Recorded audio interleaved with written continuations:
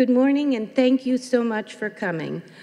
I would also like to say good morning, and I wish you were here to all of those who are here with us in spirit, but just physically couldn't make it to New Haven. I want you to know, if this is being filmed and you're listening, that we're remembering you fondly. We hold you tightly in our hearts, and we wish you were here. You're really missed. Yesterday, our panels dealt with the decision to go coeducational and its historical context. Through Julia Pimster's wonderful movie and the results of the survey, we got a glimpse of what it was like to be here in 1969. Today, we're going to plunge more fully into that with a panel of 6 of us, 2 from each class. And our moderator is Anne Perkins. Anne was a trailblazer herself. She entered Yale in 1977, a momentous year it turned out for coeducation across the pond. She received her BA and was a trailblazer in that she was the first woman editor-in-chief of the Yale Daily News.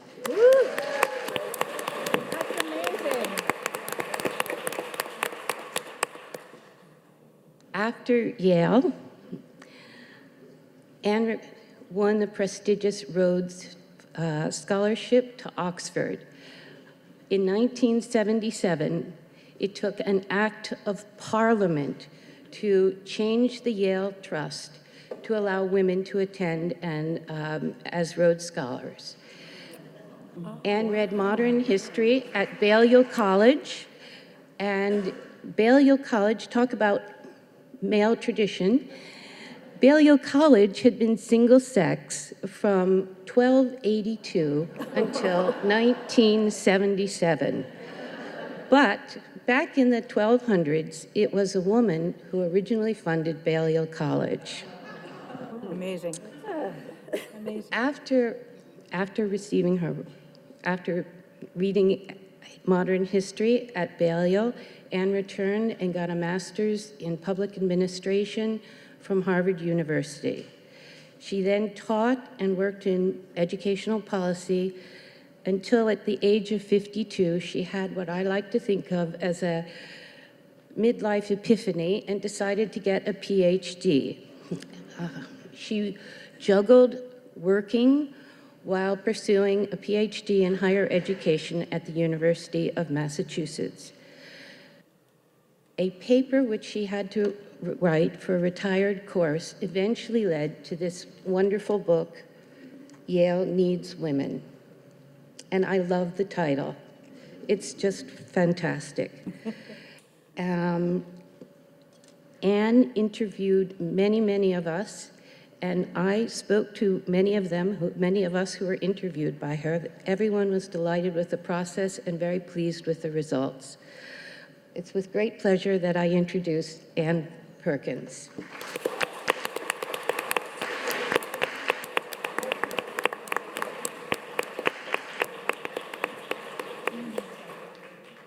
Pam is very kind in calling my late life PhD an epiphany. Really, it was one of those better late than never moments. And I did get my PhD. And it's very odd for people to call me Dr. Perkins. So it is such an honor to be here this weekend with all of you, the first women of Yale College.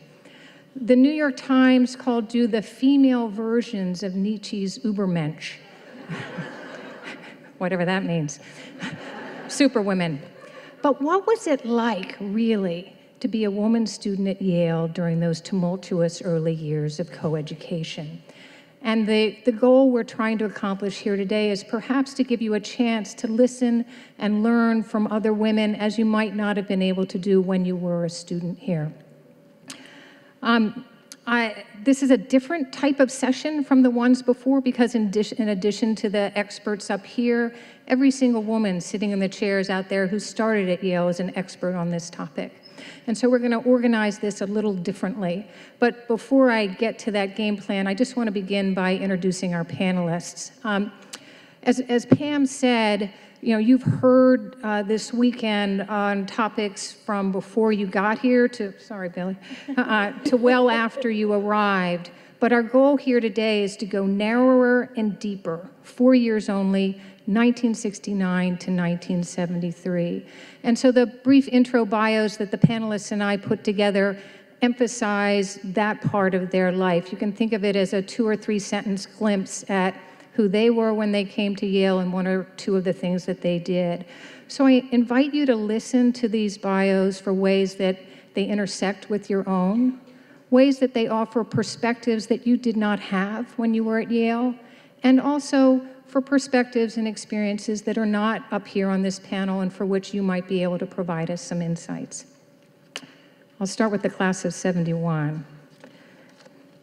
So Billie Tsien attended a public high school in New Jersey and spent her first 2 years of college at Pembroke, the former and now vanished Women's College of Brown University.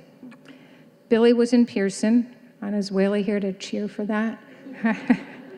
And majored in fine art. One of her unforgettable Yale memories was the December 1969 draft lottery and the sound of the lottery numbers echoing through the Pearson courtyard over speakers that students had set up for the purpose. Some of you may remember that as well. Kathy Murphy, also class of '71, came to Yale as a junior after spending her first 2 years of college at Mount Holyoke. She grew up in Fremont, Nebraska. Population 18,000. Is there really someone else from Fremont here? Nebraska. She was the first in her family to go to college. At Yale, Kathy was in Calhoun, Grace Hopper, where she worked as a master's aide. She majored in study of the city and met her husband, a fellow Hoonie, working the Calhoun hotline over May Day. Class of '72. Gerald Kemp arrived at Yale as a sophomore after starting college at the University of Rochester, which I think I'm right in saying you despised. Is that correct? For her first 3 years of high school, Gerald attended Booker T. Washington in Atlanta, Georgia's first public high school open to African Americans. For her last 2 years, she attended Scarsdale High School in New York. Gerald was active in the BSAY and was a member of the Yale Glee Club. She majored in Afro-American Studies with a concentration in political science. Kay Hill. Kay came to Yale from a large public high school in West Hartford. She spent her freshman year at Wellesley and arrived at Yale as a sophomore. At Yale, Kay was in JE, majored in psychology, worked at Dwight Hall, and taught ESL as a volunteer in the New Haven Public Schools. She lived off campus her junior and senior years, including in a house that she helped renovate in collaboration with the Yale Student Community Housing Corporation. And our class of '73 members. Joan Abramson attended a large public high school in San Francisco and had already been accepted at Stanford when she heard Yale was going co-ed. She sent in her application without telling her parents. At Yale, Joan was in Davenport College and majored in philosophy and psychology. She worked as a TA for Yale law professor Charlie Reich, author of the best-selling The Greening of America. And last but definitely not least, Kai Emmons, class of '73. Kai graduated from a public high school in suburban Boston. She was in JE and majored in psychology and drama. She devoted much of her time at Yale to theater, first acting, then writing plays, one of which, Murgatroyd, was staged in New York City. During the strike her freshman year, Kai became a more ardent feminist, and as a result joined a group that helped New Haven women obtain abortions in New York because they were still illegal here in Connecticut. So that's our panel. And here's our game plan. We all know the drill of a typical panel. The experts speak, the audience sits and listens, and then at the very end, the audience can ask questions, and woe betide she who stands up and tries to make a statement instead of a question, because you'll get the big eye roll from the moderator. We're gonna change those rules in 2 ways. One is, for each question, I'm gonna start with 1 or 2 or maybe even 3 of the panelists, but then I'm gonna come out to you as the audience, so you have a chance to speak to that topic before we move on to the next. And then While you're more than welcome to ask questions, you are also welcome if you want to share your own experience on the question to answer it directly and speak to that experience. So that's the good part. Here's the frustrating part. There are 300 stories in this room of what it was like to be a first woman at Yale, and every single one of those stories deserves to be heard and honored in its entirety. And we have, at this point, 75 minutes to do so. Mission kind of impossible. But there are two things that we can do together this morning. One is, for every woman that chooses to speak, we can give her the gift of being heard and of being seen. And the other is we can think of this as the start of a conversation that I hope that all of you will continue, not just today, but onward after this weekend, because it's a really important conversation to hold, and the experts in the entire world on this conversation are you.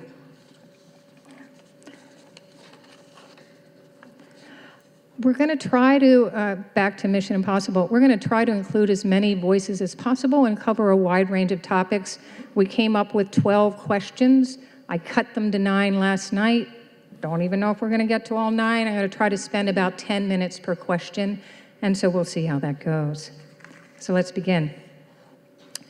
The first topic is identity. Students arrived at Yale in 1969 with many identities. What was your hometown, your religion, your gender, your race and ethnicity, your sexuality? Were you the smart girl in class, the athlete? And Billie, I'm going to start with you. What identity was most salient to you when you came to Yale, and why? I think when I came to Yale, I had no particular identity except that I knew that I wanted in some way or another to be different. And obviously, I was different. However, I couldn't figure out how. And coming from a family of engineers and scientists and the sort of whole Chinese pressure of trying to do the same thing, I decided that what I would do would be to major in art.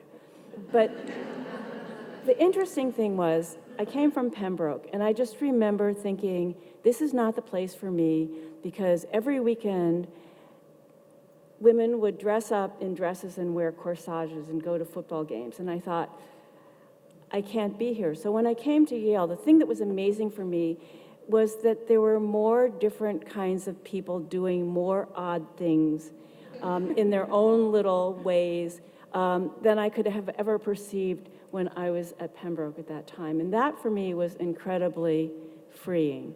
And I think what that taught me was I didn't know how to get there, and I didn't really know how I was going to become different in the way that I wanted to. But people were starting to figure that out while they were here. And that's, I think, how I felt that I learned something about my identity, although I didn't know the answer when I was here. Thank you.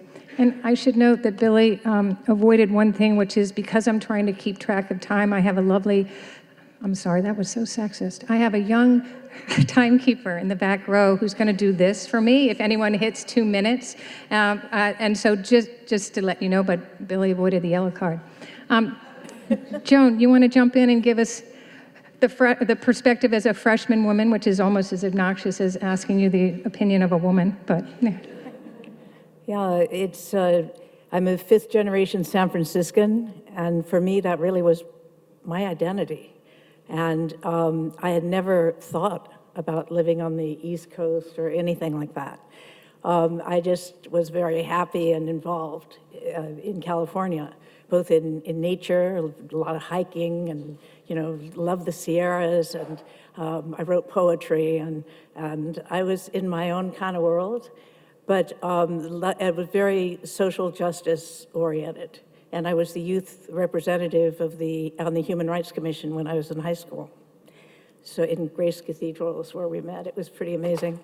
So anyway, when my dad really wanted me to go to Stanford because he'd gone there, I was admitted to Stanford, everyone was happy. I didn't want to go.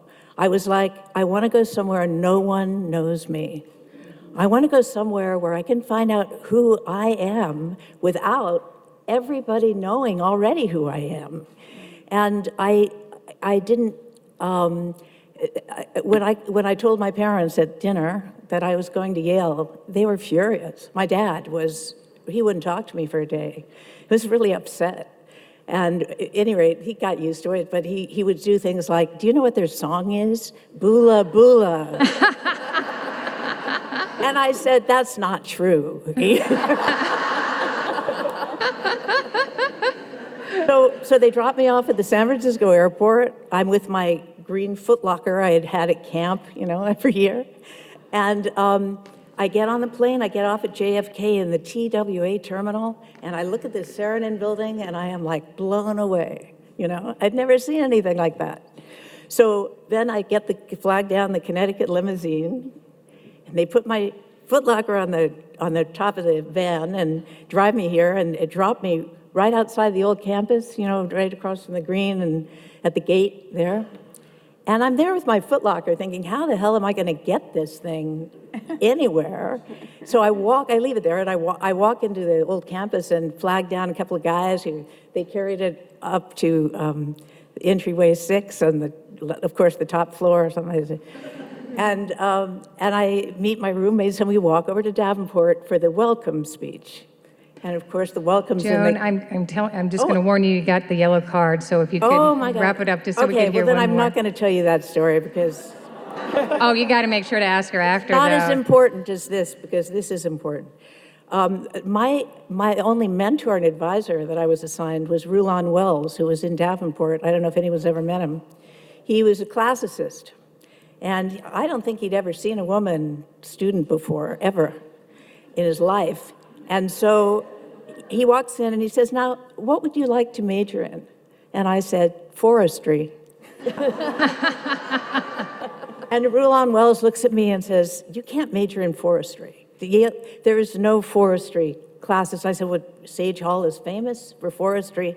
I wanted to be a forest ranger in one of those little ranger houses, where you could write poetry. And he looked at me like I was an alien. And he was just like flabbergasted. And when I left, he was so happy that he never had to see me again.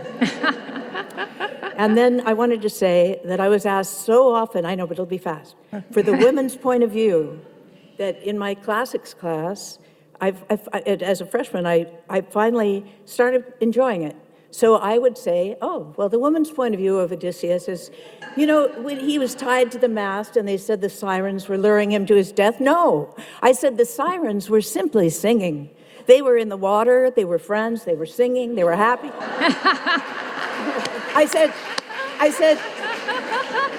said, listen, it's not our fault he wanted to jump in.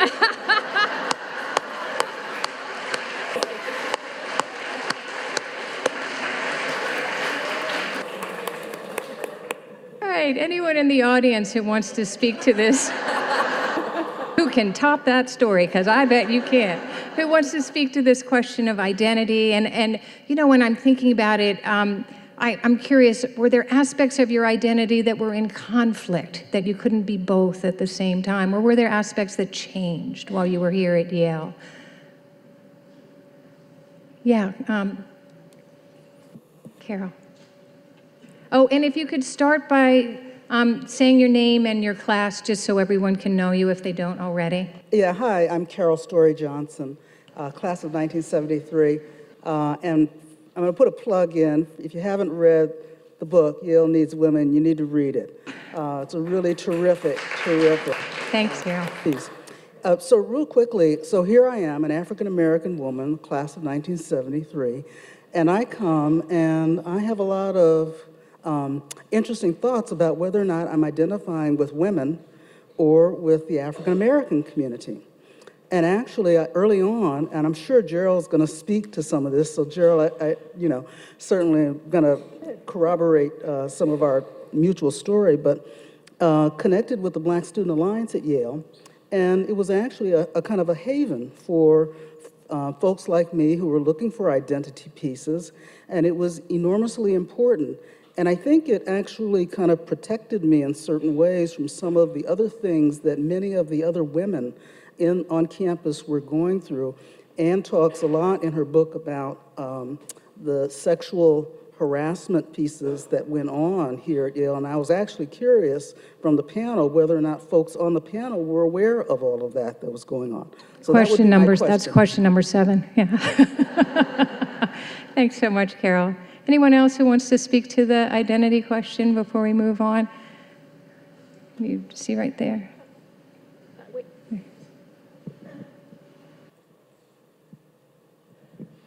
Meredith Wright, 71. My high school sort of social life revolved around something particularly odd, which was Balkan or international folk dancing. And are you going to give us a performance, please? No. But within a month of arriving as a transfer student, there was a poster up advertising for auditions for the Yale Slavic Chorus, and I knew I had found my home. That's great. Thanks so much. Okay, we're going to move on to the next questions, and I'm sorry if that's one you wanted to talk to. Please continue to speak to one another about it. This one's on engagement. We're going to go a little broader. And Kay, I'm going to start with you. What was your, this is an impossible question, but I don't have to answer it. What was your greatest passion when you were at Yale? What mattered most to you and why? Right.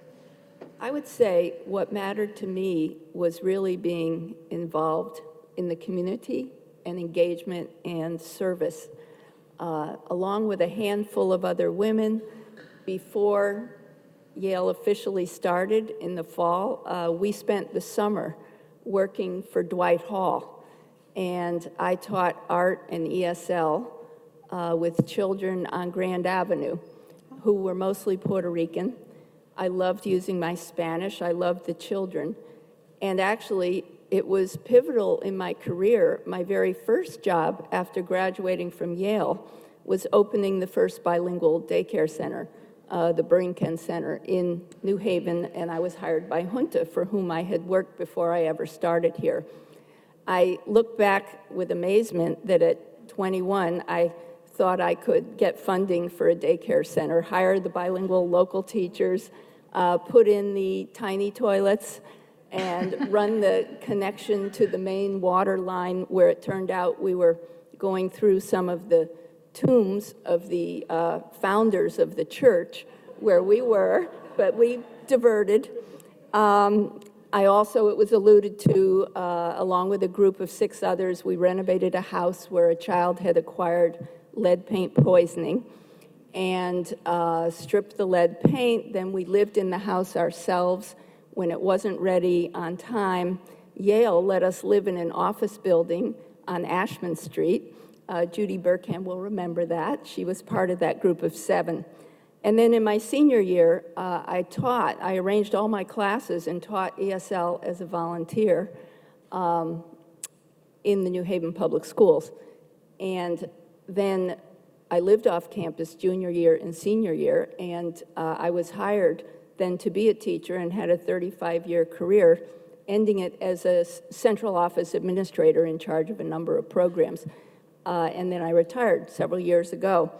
Looking back, I think all of this passion for working in the community is admirable, and it's something we would like to see perhaps more of today. But I also think, in reflecting about it, that it's interesting that I was so unaware that I was in a place of special privilege and opportunity. To come to Yale and not be able to wait to get away is just odd. And I think the chance to savor all the academics that were being offered, all the enrichment, all the culture, and having your meals prepared for you in a beautiful setting, I just find it kind of amusing and interesting, but it's probably also a sign of the times that we were so passionate about helping other people. Thanks, Kay. Kai, you want to speak to that one too? About engagement. Okay. My time at Yale was sort of bifurcated by a semester off in the second part of my sophomore year. I came to Yale very passionate about theater. I'd been acting, and eventually I would begin writing plays. But my interest in that kind of waned about halfway through my time here. I applied for the 5-year BA. I don't know if anybody here ended up going on that program. And got accepted to teach English in the Marshall Islands, where I was going to have to learn Marshallese. And they asked me whether I wanted to be on one of the big islands or one of the outer atolls. So this happened, and and by the way, the interview for that was, as I recall, there was a long table with 12 people, and you had to find your own job, and one of the psychiatrists on the interviewing committee said, how would you deal with the situation if you were on the beach in the Marshall Islands and someone had taken off all your clothes and then you went swimming, and when you came out, there were no clothes there for you? I just thought it was really, well, we all understand the context of this. Wow. And I can't recall how I answered, but I did. You needed Joan to answer it for you. She would have had some sharp reply. Yeah, right, exactly. But at the same time, one of the people in the drama school that I'd been acting with, one of the directors, had asked me if I wanted to be in the spring semester of my sophomore year in a movie on the Costa Brava, and he had written this part for me.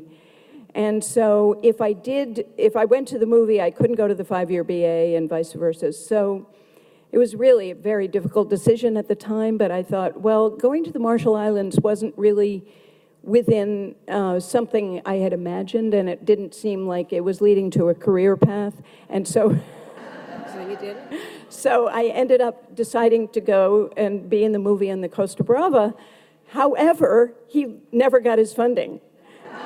And so I ended up, being out of school for the sophomore year, spring semester, sophomore year, which was actually really good. It was very clarifying.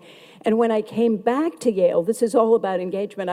For the latter 2 years, I was very engaged. I'm just going to let you know you got the yellow card, so maybe give us one more quick story so we can... Yeah, I was very engaged in psychology and community psychology in particular. And so I sort of ended up graduating with both a drama degree, a theater degree, and a psychology degree, and then that was a huge choice, but we won't go there yet. Thanks so much.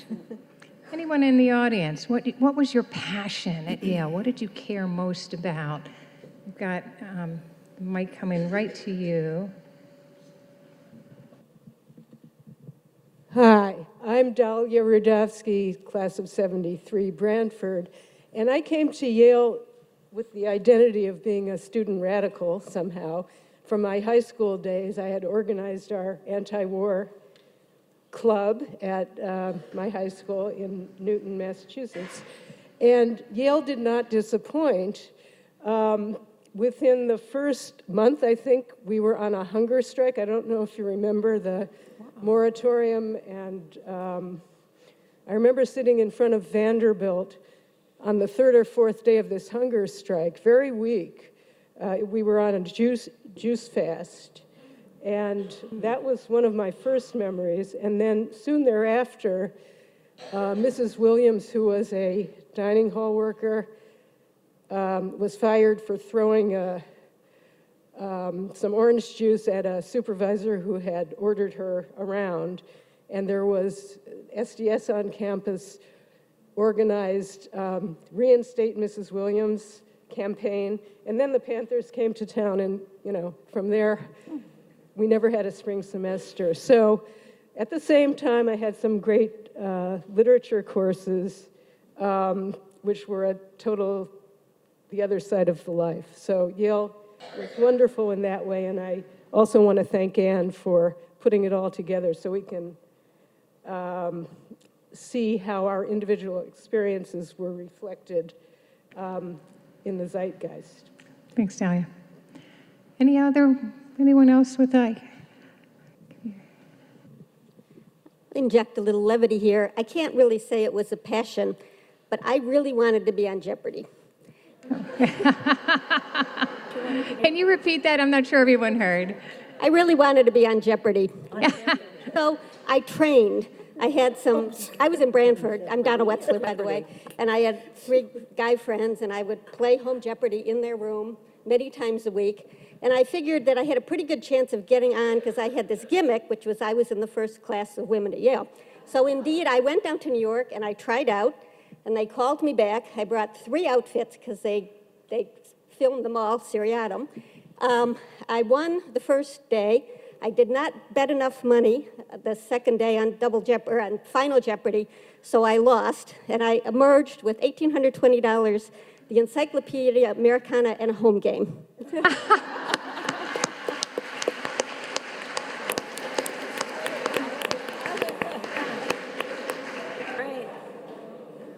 I don't know if you all know this. Brenda Jubin, who was on the panel yesterday when she got appointed as the first woman dean of a residential college, she got called up by the head of What's My Line? I don't know if you remember that. And she went on as the first, and they didn't get no one could guess what she was. Okay, one more, and then we'll, right there with the red shirt. Laura Handman, 73, JE.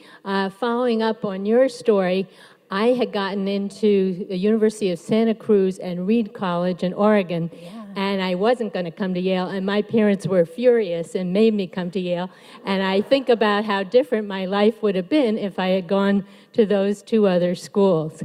And I followed on in, apropos of the Black Panthers, I did get arrested 3 weeks into our freshman year for sitting in at a welfare center. They were cutting off the benefits of welfare moms or reducing them.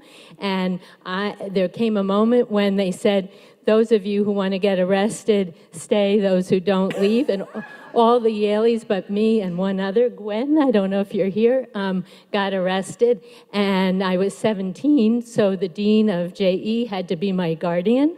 Oh my God. And to say that they were wondering, why did we get these women at Yale?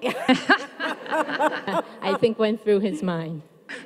Thank you.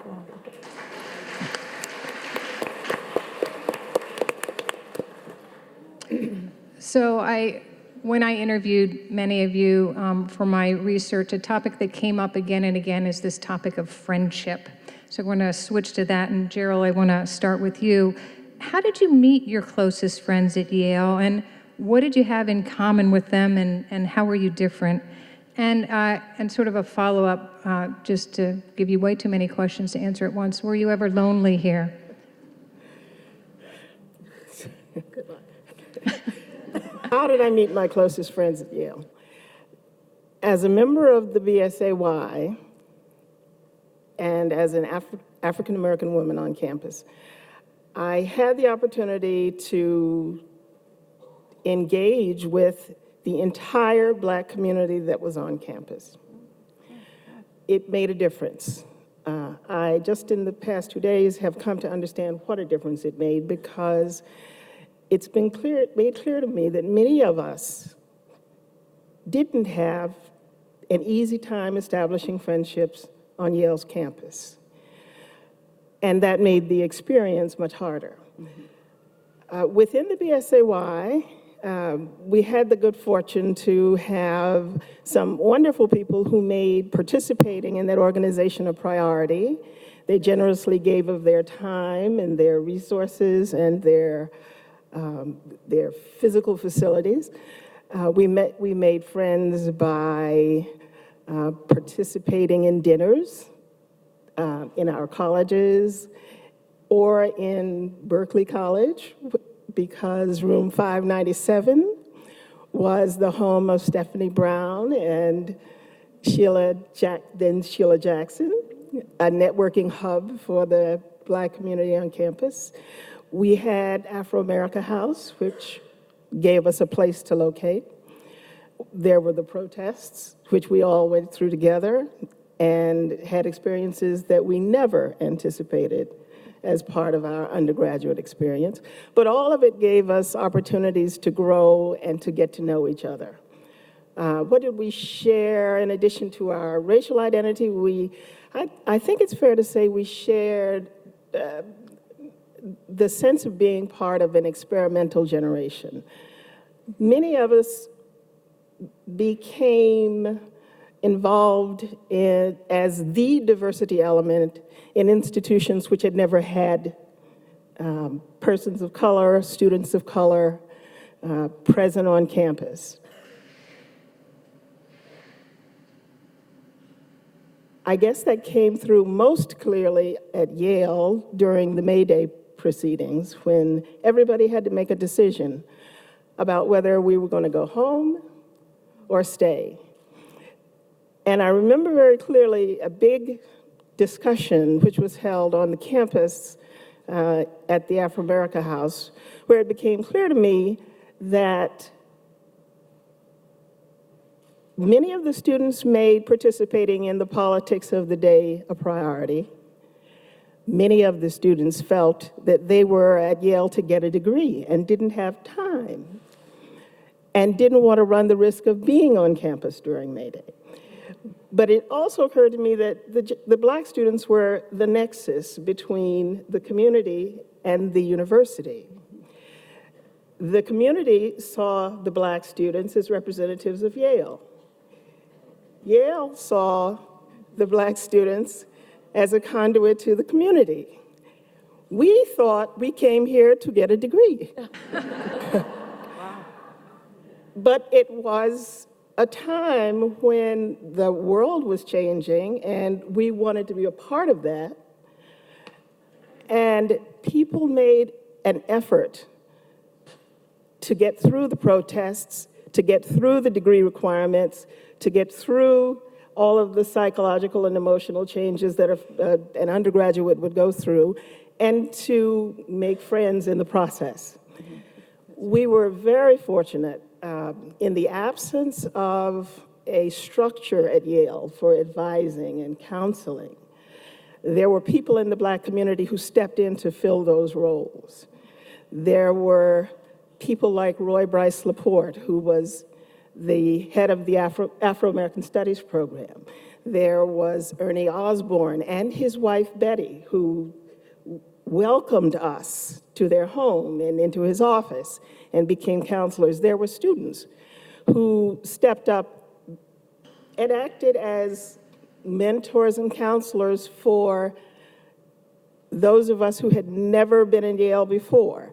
And the people who come to mind are Armstead Robinson, whom you heard Sam Chauncey mention last night, Glendie Chabert, who was the president of the Black Student Alliance at Yale. I'd add Michael Bagneris to that group, who was the first of an entire contingent of Black men who came to Yale from St. Aug.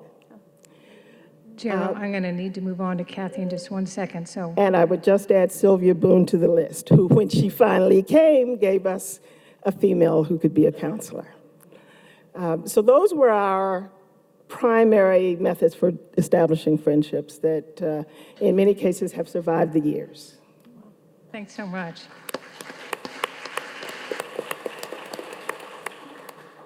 So Kathy, you come from a very different world, and I'm curious, who were your friends and how did you meet them and how were they like you and different than you? Well, I came to Yale from Mount Holyoke, and one of my four roommates, there were 5 of us in the suite in Calhoun. One of the 4 was Mary Elizabeth Cree, who also was from Nebraska and also from Mount Holyoke. There were 3 Nebraskans at Mount Holyoke. 2 of us were Mary and me, and we left. But she and I were roommates then in Calhoun, and we had 3 other roommates who came from the East Coast. But the 5 of us became really, really quite good friends, even though we did not spend that much time together. Mary had a boyfriend in Branford. My roommate Elaine was in the radio station Wibbick and was always hanging out there. One of my other roommates, Polly, was a Russian studies major and always in the Carols in Sterling. So it's sort of amazing, but we became close, and we're actually getting together in 3 weeks to celebrate our 70th birthdays together. But other than my roommates, I think the Calhoun women got along very well. Again, we didn't spend that much time together, but we would hang out in the courtyard when it was nice weather and see each other. But I think the main way that I made friends with the men, I was, as Anne said, a master's aide, which, in those days before cell phones and computers, we communicated by putting flyers under people's doors. And one of the master's aide's job was to go up and down the entryways and deliver the notices about the master's teas or the cocktail parties or the next lecture or whatever. So I spent a lot of time going up and down entryways, and I obviously met a lot of the men that way by knocking on their door and handing them flyers or invitations.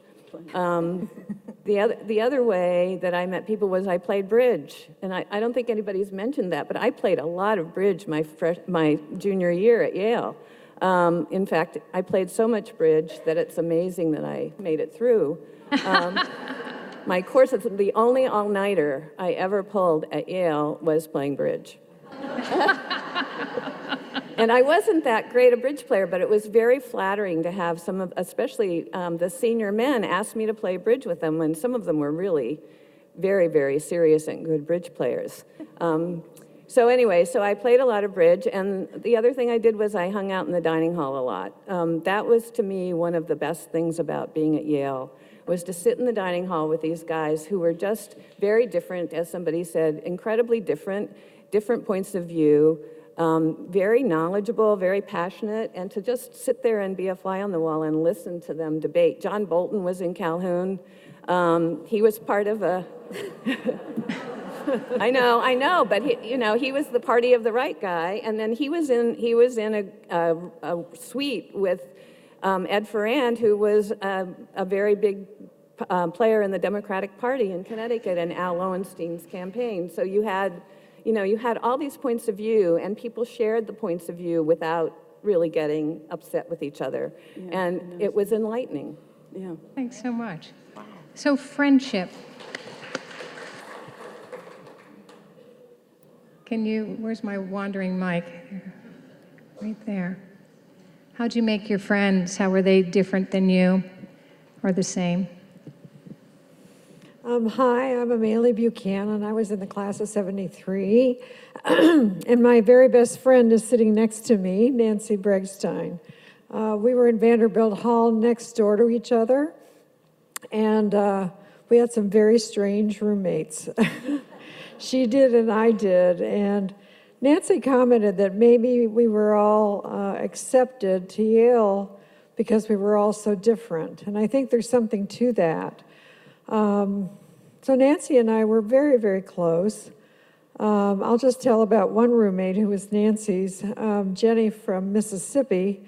She was the fourth daughter, the youngest, of the president of the University of Mississippi. And all of her sisters had been debutantes. They'd all gone on the grand tour in Europe. And Jenny was maybe the original hippie-trippy. Her mother would send her gowns and these elegant clothes, hoping that somehow she could be redeemed. And she would pile them in the center of the room and let them just sit there. So later on, she got married, had a baby, nursed her baby in class in defiance of the administration. So she was quite something. But Nancy and I were very, very close. My parents couldn't afford to let me go home at Thanksgiving. And I got to know Nancy's whole family, her parents and her sister at Thanksgiving. And otherwise, we decided to leave. We were encouraged to leave by some friends. At May Day, we went to her house. So anyway, we were very, very close throughout our Yale experience. The other friendship that I was so fortunate to have formed was with Abe Bartlett Giamatti, who later became the president of Yale. I'm just noticing the yellow card, so I'm trying to include as many voices as possible. So if you want to... Yeah, I'll make it quick. So He took me under his wing. He encouraged me to be a part of the History of the Arts and Letters program. He taught in that program. It was absolutely magnificent. It made my intellectual experience at Yale exquisite. And forever, you know, later on he became the commissioner of baseball. I'm a baseball freak. So it was an exquisite experience. Thanks being so able much. to call him a friend. Yeah. And you know, and I would love it if anyone can talk about guys as friends. So, because that's something I heard an awful lot about. In the back there with got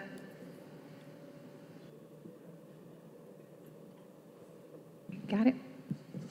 Joyce Major, class of 73, Morse College. I met my group of guy friends because there's freshman counselor had a television, and every Sunday night he would invite his Morse College freshman boys to watch Mission Impossible. And they used that as a ploy to get me to come and visit them. I think you came with me a few times. Nancy's my roommate from all 4 years. And I was from the Midwest. She's from Greenwich, Connecticut, and she and her dad picked me up at the airport, my very first time on a plane. Got off at JFK having no idea what she looked like or anything else. But the guy friends became, some of them were at pre-med like I was, and we had shared some classes, but every Sunday night, popcorn and Mission Impossible in Harold Mancusi-Ngaro's room. But it was a great friendship. We sat around the table talking. I don't think we had political discussions, but we had a lot of other, maybe we did. Did we talk politics? I don't think so. We just talked all evening.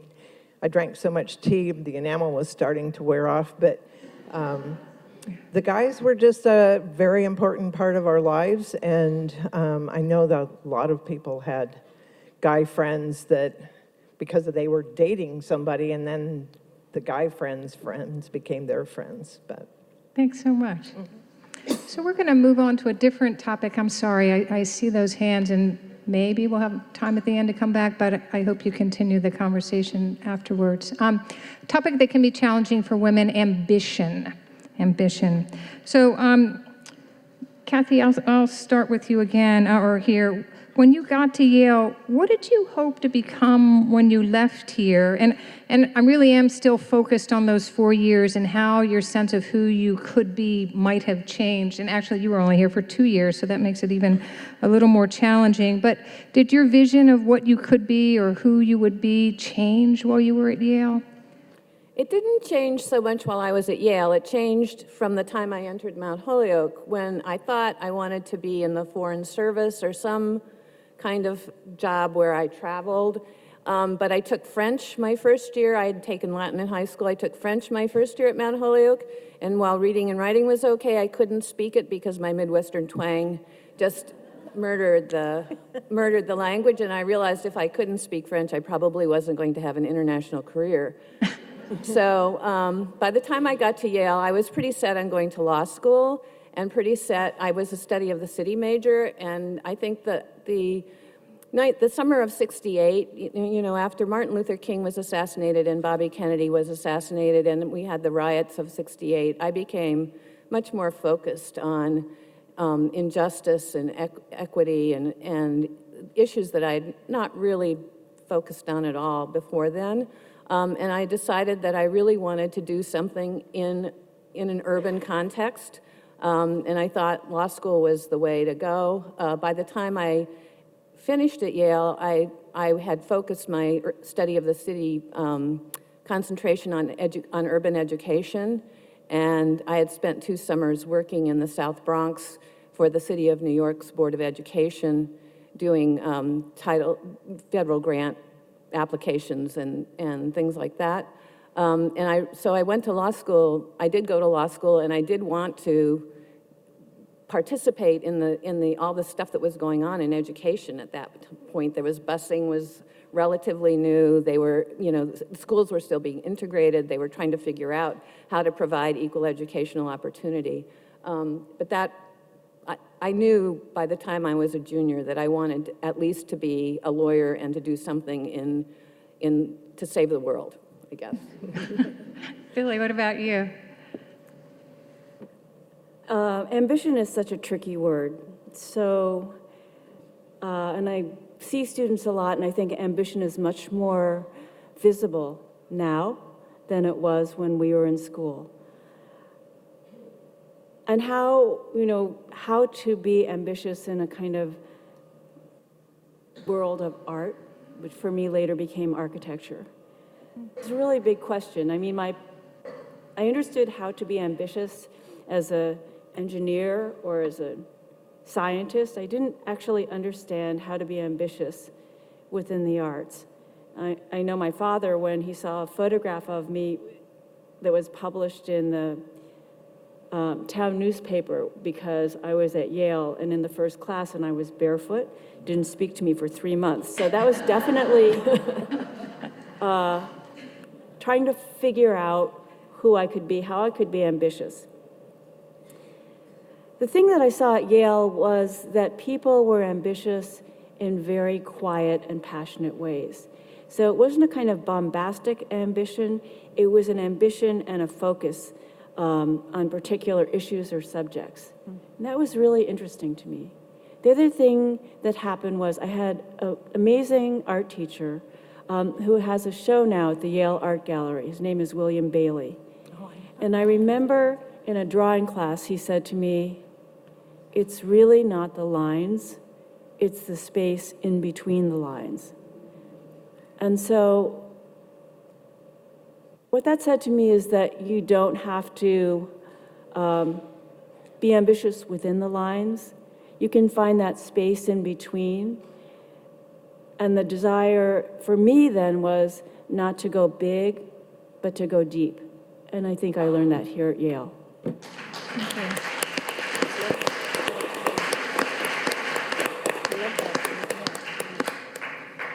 Out to you. Ambition? Yes. Right there. Oh. I'm going to hand it to Mally, but just real quick. Casey Blanchard. Good morning, Carol. My roommate, I'm over here. And we were talking, going to Yale, you could do I just felt like I could do anything. And that was always just easy. After you got through Yale, like living in New York, you can do anything. I chose Yale over Harvard because I thought there was a better chance that I could get on the Yale Daily News. Can you tell us just your name and your year? Mally Cox Chapman, 73. But the first year when we were supposed to heal was overwhelming. I didn't do it. So sophomore year, I went into the news office with 5 articles on women at Yale, a 2-year perspective, and said I'd like these all to be published on the same day. And they did it. And I was immediately allowed to be a reporter. Well, it came time to have the elections, and I had this tape in my head from my girls' boarding school that you don't show your ambition. You do your work, you do it well, and people will notice. So the week before the election, I didn't go over to the Yale Daily News office, and everybody else was over there lobbying for the position that they wanted. So of course, I didn't get elected. The election was over, people are drifting away, and the 5 guys who were now on the masthead looked at me and said, "You jerk. Why weren't you here this week? What were you doing not being here? What are we going to do without you on the team?" And I told them the tape that I had, and they said, "Name what you want to do, and we'll just make up a position." So they gave me the position of chief staff writer, feature editor, and I presented a feature every day for the next year on the front page below the fold. So really, it was the men, my friends, who taught me how to name what I wanted and ask for what I wanted. Wow. Thank you.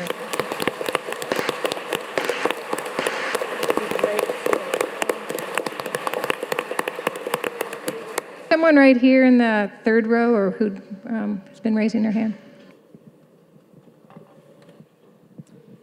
I'm Emily Fine, JE 73. That's an amazing story, and I wish I could say that that is reflective of a lot of other stories, but I'm not sure it is. I think the elephant in the room for me is, and I think as women, and still to this day, is that it's not always so cool for women to look ambitious. And we somehow have to find a classier way to look ambitious, because if you're too ambitious, that's not necessarily considered acceptable. It's changing, obviously, thankfully, but we ride a sort of fine balance. That's one. Two, the times. I remember by the end of my sophomore year, if I was working on women's abortion referral service or women's support groups, and they would say, oh, what college do you go to? I would say, I'm in New Haven. There was a sense of embarrassment of being part of the elite, and sort of a hope that maybe they thought we were going to Southern Connecticut instead. So that also complicated ambition. But I will say just one shout out, and then I'll be done, about engagement / the other issue, which is music. So for me, I signed up for courses right very on, and within 2 weeks I dropped them all. I was in sciences. I felt completely isolated, overwhelmed, unsupported. I eventually obviously came back to it because I'm a physician. But I loved music, which was my other passion. And it was at Yale Symphony, where it didn't matter what your sex was. If you could play a mean horn, you had friends who were men and women, and there were lots of women in the symphony. The ratio was much better. So for me, my sense of security and home, and because I didn't feel I had the support elsewhere, was in my music life at Yale, for which I'll be forever grateful. Thank you so much.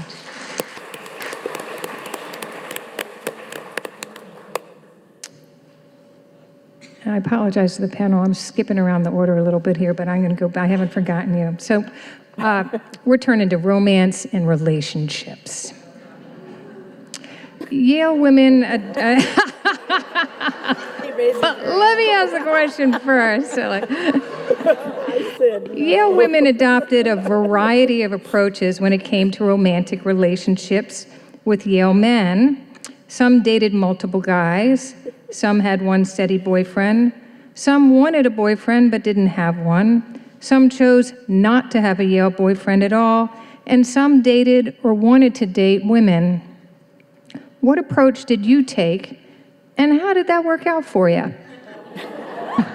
So Joan, I'm going to give that to you. Me? Well, is that all right? Yeah, no, it's fine. I'm just thought I'd tell you a story I've never told anybody.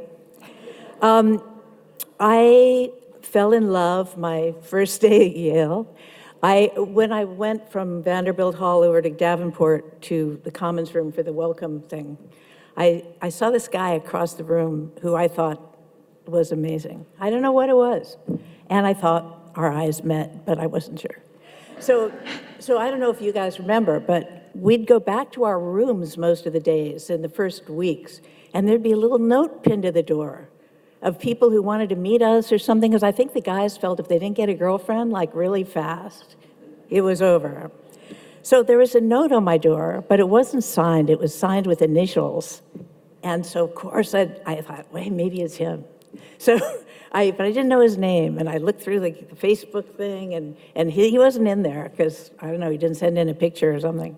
At any rate, it turned out it was from him. And I was just like on cloud 9. And we got together, and I moved out of Vanderbilt and into his dorm on the old campus. Very quickly, actually. And I met my roommates, but I didn't really know anyone in the entryway. So guess what happened? Parents' Day. So my parents are traveling from San Francisco for the first time to see me at Yale, and they want to meet my roommates. So I had to go over before Parents' Day, and I knocked on every door in the entryway, but I wasn't delivering flyers. I was trying to meet the people and said, please, just pretend you know me.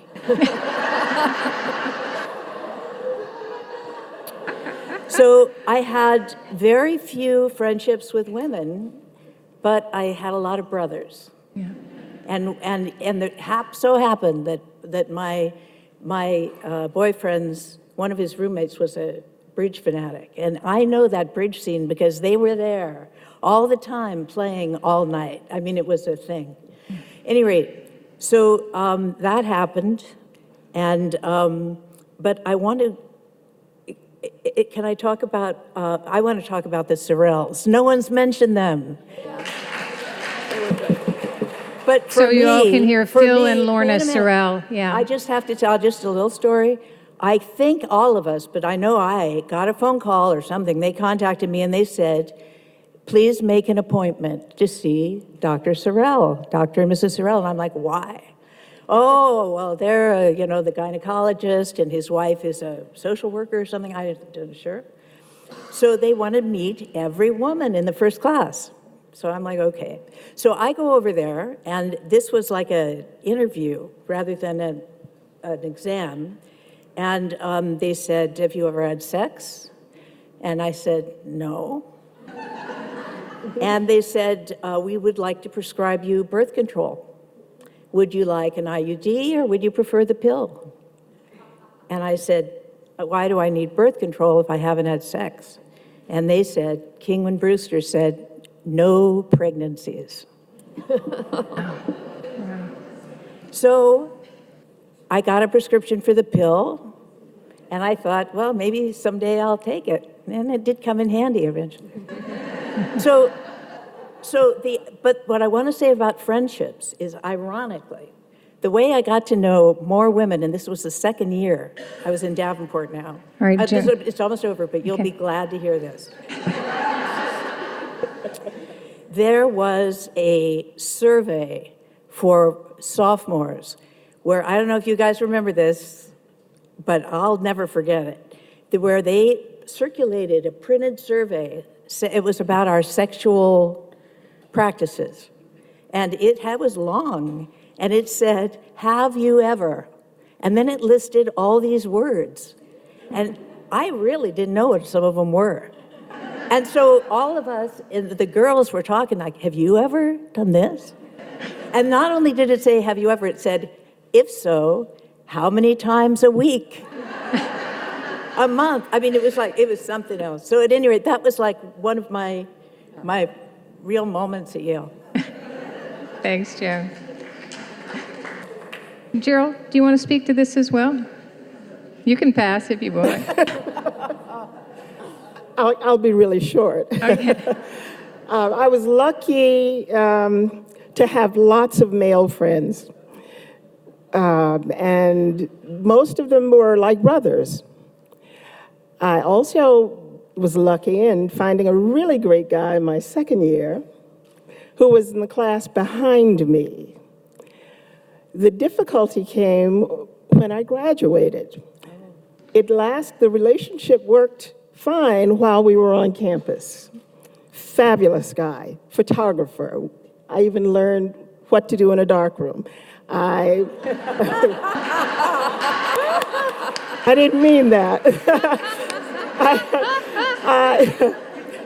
He was a good teacher. You're digging a hole here. But when I graduated and moved to New York, our lives took different paths, and the relationship couldn't withstand the changes. So we went our separate ways. But I was always grateful for having shared this experience with him because it made a difference. Thanks so much. Anyone else want to speak to? She's going to let it Yeah, she both raised her hand. Right. Okay. Yeah, Alexis, right there. No, I don't know. I'm Alexis Kozlowski, Berkeley 71. I came to Yale with a great deal of passion and ambition with regards to the arts. I was so excited to be here. I also was extremely eager to participate in the sexual liberation movement. I didn't realize that there were pros and cons to that. And I guess I suffered from post-traumatic stress disorder from some of the sexual encounters. Of course, PTSD wasn't a term that existed back then. It took me 20 years to write a novel about that was in part a fictionalization of some of those experiences. And part one of the novel is called Pillow Book of a Yale Co-ed. I have postcards here to pass out so that some of you will read the book. I hope you'll let me know what you think about it. It won an award for Best Me Too Novel of the Year last year. It definitely has a lot of erotic passages. I had to publish it under pseudonym because my dad was alive. I thought he'd be horrified and disown me. But I hope you'll read the book and let me know what you think. Thank you. Thanks, Alexis. Way, way, way in the very back row. Should I give it to get a someone? mic back there? Oh, I'm sorry. Okay, we'll do you and then back row, okay? Well, I'll try to make it short. I'm Marcia Eckert, 71.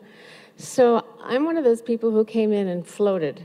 Okay, everybody else is passionate and had friends, and I had a double. My roommate was a white Black Panther, so she kind of took off, and I was wandering around the first semester as part of a team from TD interviewing people about coeducation, and I was sort of on my own, and I didn't know a lot of people. So, and when the Black Panther office got busted in New Haven, they moved into my dorm room. So there were people going, power to the people. And I didn't I was really interested, but it was all part of my sort of floating around. So when May Day came, and I think my room was closed because it had been this office, I didn't know what the heck to do. I hung out with guys, but I wasn't close friends with them. I didn't really know any women, and I sure as hell wasn't going home to my mother. So I had started just 6 weeks before dating someone in the theater, in the Yale Rep, who had come over to me in the mailroom and said, I saw this light in your eyes, and I thought it was a social psych experiment on pickup lines. And he said, well, you can stay in my apartment. And I said, well, my mother's very strict. I could never stay in an apartment unless I was married. He said, well, then let's get married. And I said, okay. Gone. So I did. She did. So that's how I ended up with a boyfriend. Wow. Are you Wow. We need the end of that story.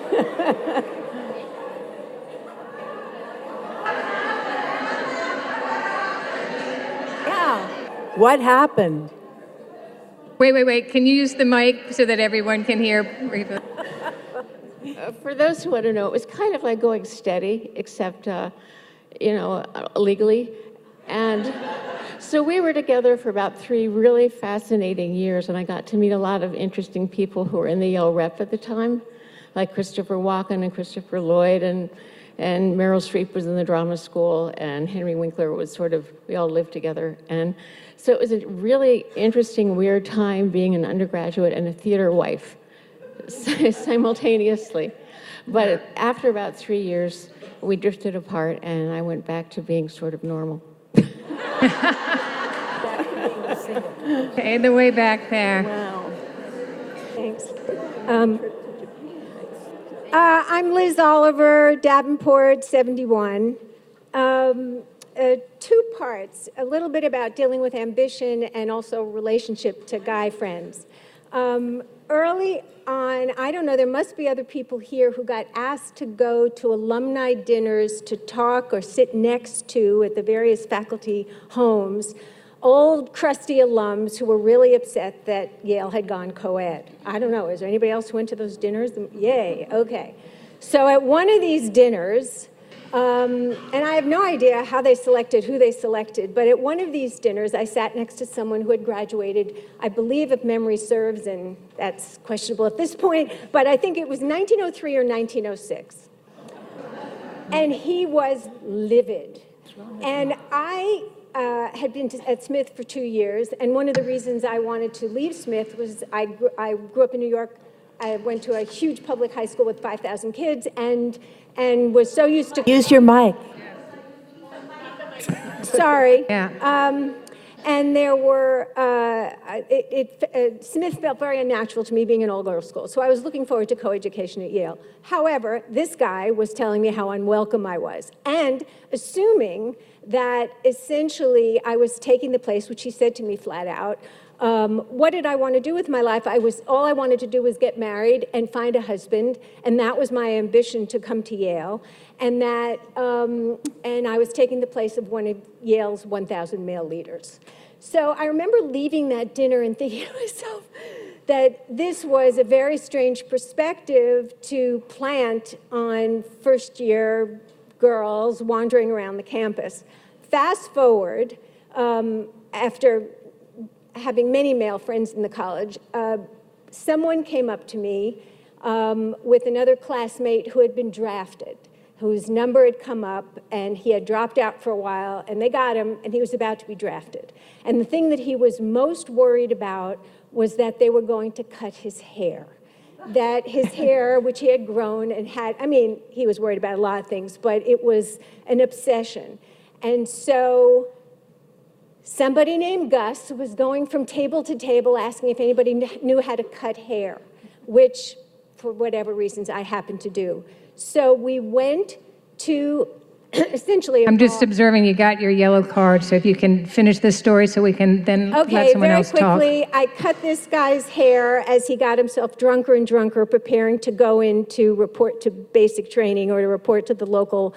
And the guy who brought him over became a close friend and then ultimately became my husband, with whom I am married now for going on 47 years, 6 years. I would like very much to find the guy from 1903 to tell him, in fact, I did find a husband. Thank you.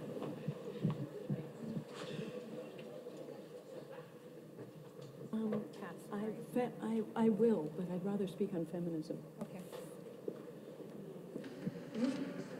We have so many questions and so little time.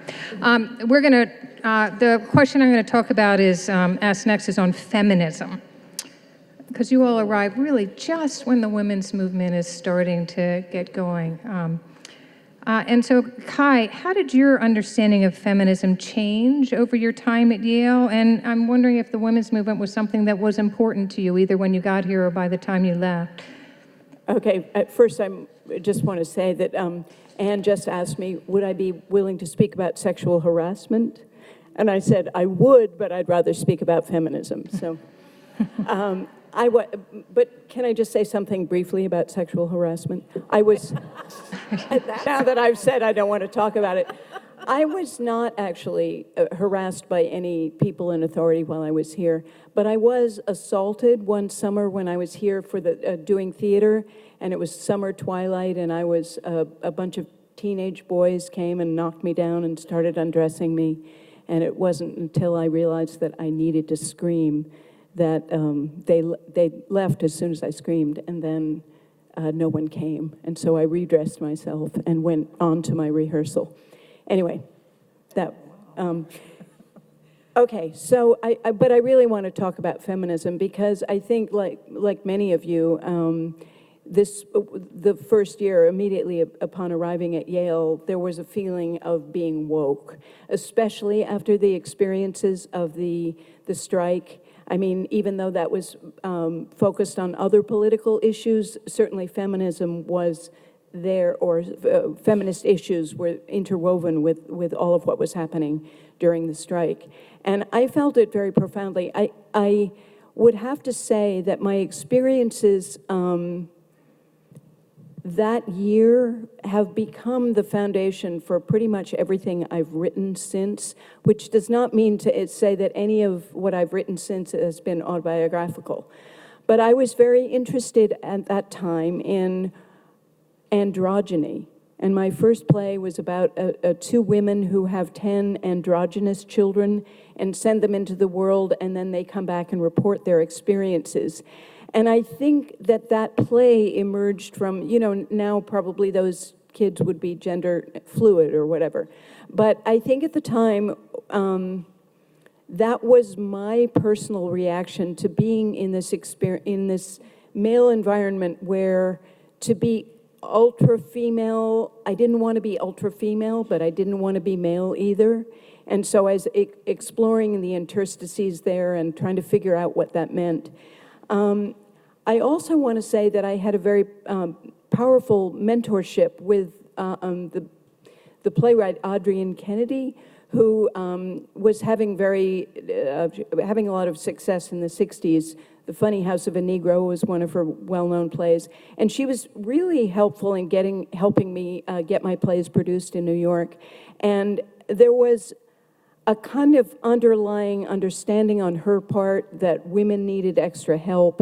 And at any rate, I never would have hesitated, even at that first year, to say that I was a feminist. And I have felt that never wavered. I've been a feminist ever since. Thanks, Kai. Hey, you want to speak to that? Sure. I have been reflecting, including with the other panels that we've listened to, about was I a feminist before I ever came to Yale? I certainly consider myself one now. And I think the answer is yes. I think it springs out of just a belief that we are all of equal value, and certainly I am, and nobody pushes me around. And when I was about 12, I had a rubber stamp made that said, "This ad insults women." And I would stamp these Ladies' Home Journal, McCall's, and mail it off. And the amazing thing, I have to find it because I think I saved it, is I actually got a letter from John Mack Carter who said, "Yeah, you're kind of right, but these ads are what pays for our magazine." And I wasn't going to take that, but I just think it's interesting. He took the time to write to a girl, and ironically, years later, there was a feminist sit-in in his office.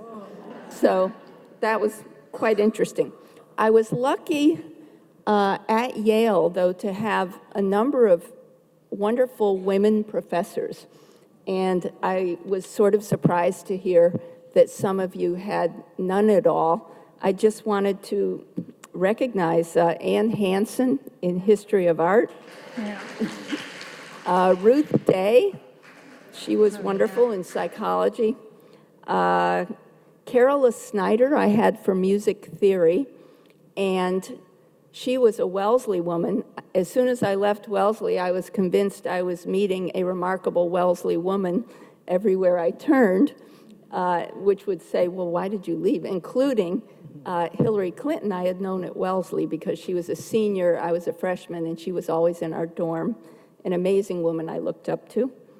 And then Ellen Kenaston, also here in the law school, I took a great course about women and law. I know one of the teachers was Ann Hill. I don't remember the name of the other, but it was a terrific seminar. Oh, yeah. So I felt very nurtured. And I think the literature that we had already read, but also were exposed to. Before I came, I know I had read Betty Friedan. I think here, Simone de Beauvoir. Kate Millett actually worked out of my father's radical church in New York City on Washington Square. And then Susan Brown Miller.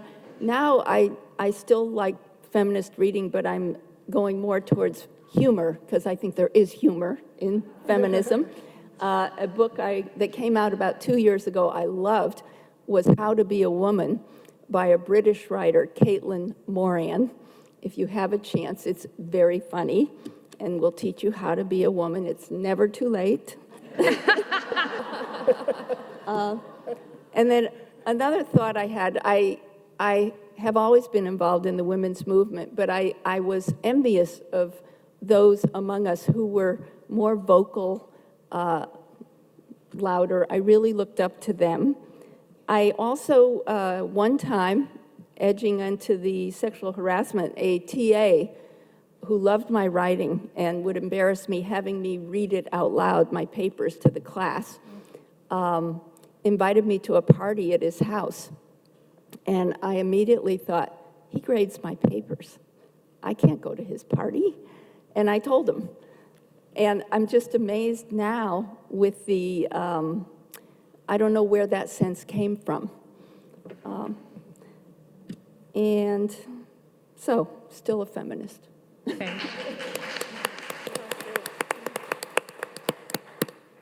Forgive me, we have just 10 minutes left and 3 questions, and so I'm just gonna, to kind of give you a breadth here, I am gonna just move on to the next question, and hopefully we'll have time to pull the audience in, but this is one that has come up, which is the question of sexual harassment.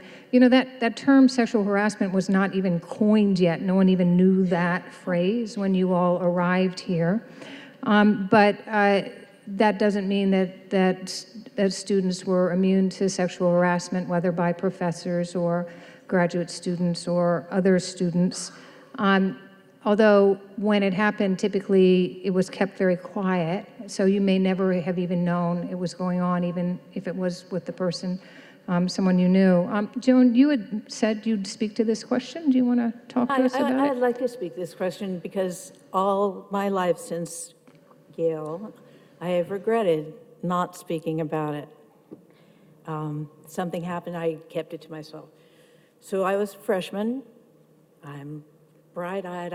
I'm having this thrilling, intellectual experience at Yale. And one of my professors, who I admired and has since gone on to be a great in the world, he had assigned weekly papers. And I was getting A's on my papers, which was thrilling because I was worried, like everyone else, that I was going to fail out of Yale, or I didn't know if I was qualified or whatever. So about the third, fourth week, I get a paper back, and after getting A's, this one had a C, and it had a note on it saying, "See me." So I made an appointment, and I went to his office. I had to figure out where it was. I'd never gone to a professor's office. And he started talking to me, and he got up, and he locked the door to his office. And then he traced me around the room, and I was floored. I was like, what? I wasn't scared. I was just nonplussed. I was like, what? You're my professor. What the hell are you doing? I was like, I didn't get it. And I was like, I just couldn't believe it. Anyway, this went on, and finally, I just yelled at him, and I said, let me out of here. I'm just going to scream. Just let me out of here now. I left. Okay. So then I told a couple of people just because I was kind of traumatized. So I go back to class, I write my next weekly paper, and I came back with an F on it. Oh, no. And not only that, it had a comment saying, this is the best paper you've written all year. So when that happened, I wasn't really worried because I had all this evidence. I mean, what an idiot. So I just kept all the papers in a little file. I wrote my next paper. I think I got a D or an F on every other paper. Finally, it comes to Blue Book Day where you're sitting to take your final for this course. And he's at the podium addressing everyone about the test. And before he left, I got up out of my seat and I went up to the podium with my back to the audience here, to the other students. And I said, excuse me, sir, shall I take the test or are you just going to fail me? And he looked at me and he said, take the test. So I took the test and that was it. And I think I got an A in the course or something, an A minus or something. But it was like so ridiculous. And I had thought I should have done something because I don't know if other people were going through things like that. But it was like this kind of weird thing. And the professor had never had a student who was a woman, had never been in class with a woman. I think I felt, should I wreck his career? Should I make this into a big deal? Or is it he just as clueless as I was?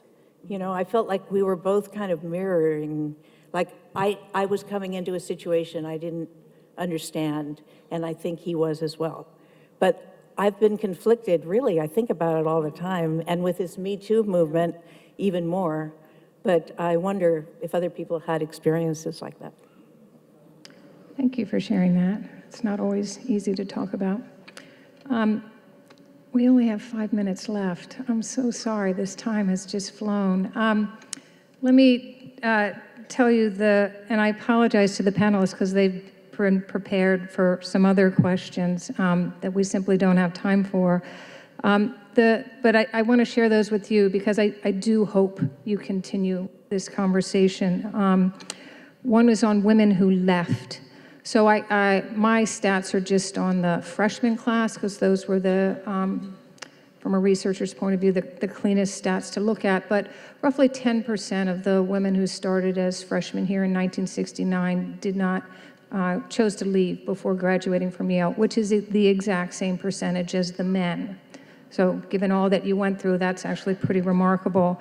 And then a number of women, and you may have heard that today, figured out how to create some room for themselves, either by going on the 5-year BA or taking a term abroad or dropping out for a semester and then coming back. And so that was one question. Did you know anyone who left Yale? And if so, how did that affect you? Or did you ever consider leaving Yale yourself? And then the 9th question, the closing question, what was the best or funniest or most unexpected part about being at Yale? So I encourage you to ask one another that this evening. And what was the hardest or the worst? So anyway, as I said, this was mission impossible. So many important stories out there to hear, and we have just skimmed the surface. But I do want to close not just by thanking this panel, but by thanking all of you, and thanking you as a woman who came after you. Thank you so much for what you did for all of us, making it easier to be a woman at Yale. So why don't we close with a round of applause for you and for our panel.